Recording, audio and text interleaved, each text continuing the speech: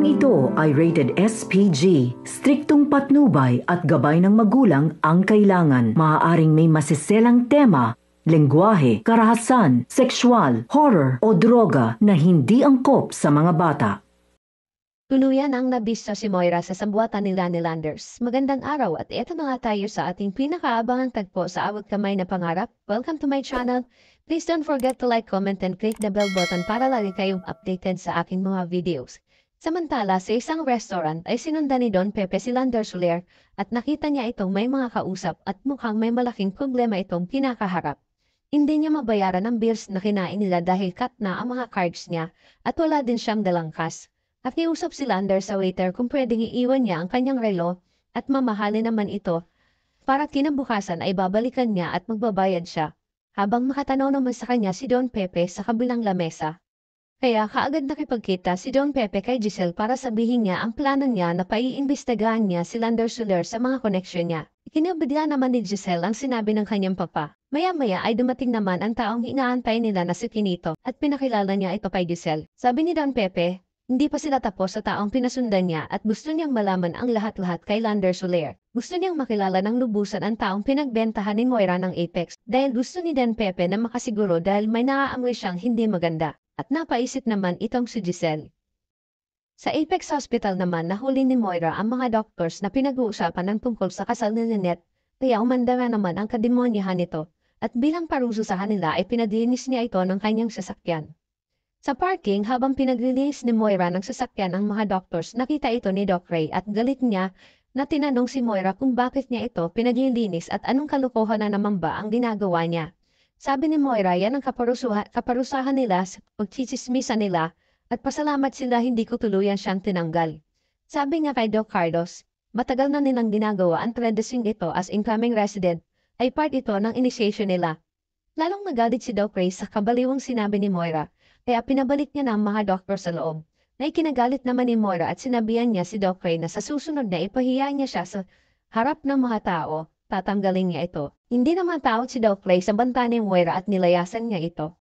Kinabukasan sa bahay ni Carlos habang nag-aayos si Lynette ng sopa ay nakita niyang bumaba si Carlos at nilapitan niya ito para tanungin kung ano ang gusto niyang kainin para sa breakfast, para paglutuan niya ito ng mga paborito niyang pagkain. Ngunit hindi naman siya pinansin ni Carlos dahil pagpasa hanggang ngayon ay galit pa rin siya kay Lynette.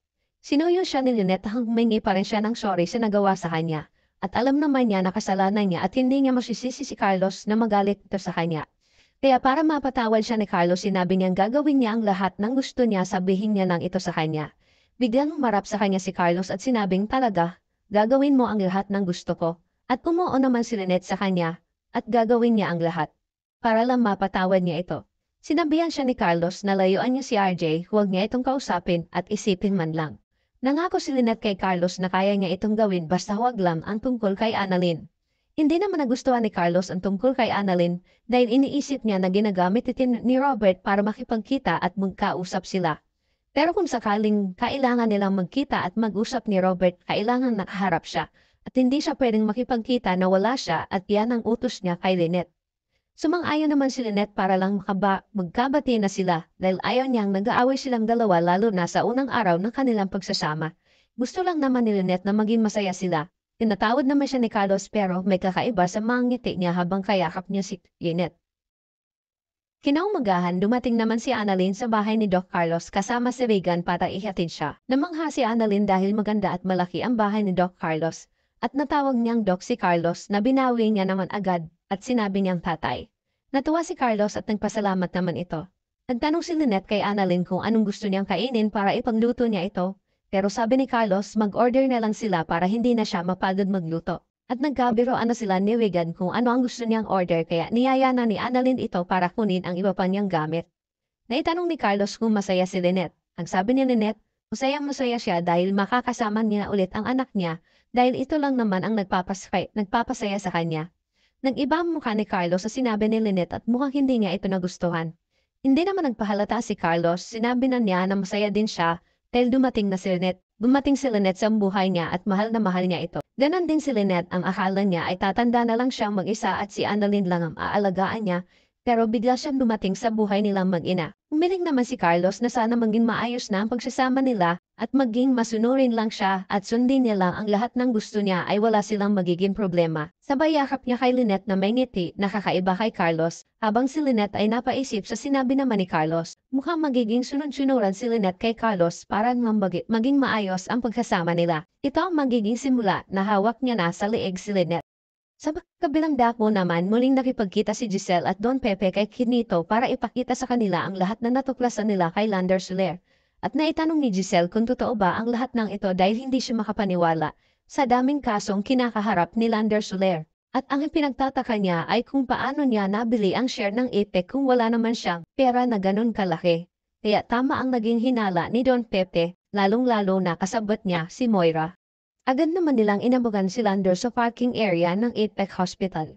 At nakasalubong nga ito ni Giselle na ikinagulat ni Lander nang makita niya si Giselle at Don Pepe. Nagbiro ito at sinabing bakit naman isinama pa niya ang tatay niya. Nagalit si Don Pepe at gusto niya itong paluin ng tungkod na hawak niya. Nagmalaki si Lander na siya na ang magiging business tiger ng APEC at pinagtawanan ng ito ni Don Pepe, sabay sabi, "Tigre na walang kagat." Sabay sabi ni Giselle kay Lander, "Nakilala ka namin at wala kang pera para bilhin ang share ng APEC." Mas lalong natakot si Lander nang itanong sa kanya kung nagkabentahan ba sila o kung isa lang siyang dami ni Moira. Sa takot niya ay tumakbo itong papalayo para tawagan si Moira at nagtago siya. Pero nahuli siya ni Quinito at iniharap ito kay Giselle at Don Pepe. At wala nang nagawa si Landers kundi magsabi ng totoo dahil wala na siyang lusot. Alam na nila ang lahat, nakasabwat niya si Moira para palabasin na siya ang nakabili ng APEC. Sa APEC Hospital naman, nakita naman siya ni Zoe, si Moira at tinawag niya ito para tanungin tungkol sa nabalitaan niyang ginawa niya sa mga incoming resident doctors. Nagalit si Zoe kay Moira dahil mali ang ginawa nito, pang-aabuso ng kapangyarihan. Dahil nakakababa ito ng moral sa mga doktor at bawal ito. At hindi maganda ang ginawa niya kaya dapat lang tigilan niya ito. Walang nagawa si Moira kundi ang sumunod. Nagtataka lang siya kung bakit kakampi niya ba itong si Zoe dahil lagi siya nitong pinagsasabihan. Sabi naman ni Zoe, nasa side niya ito at binalaan niya si Moira na kung hindi siya titigil ay baka mawala sa kanya ang posisyon niya. Kaya bago umalis si Zoe ay sinabihan niya si Moira na huwag niya na itong uulitin at sabay umalis na ito.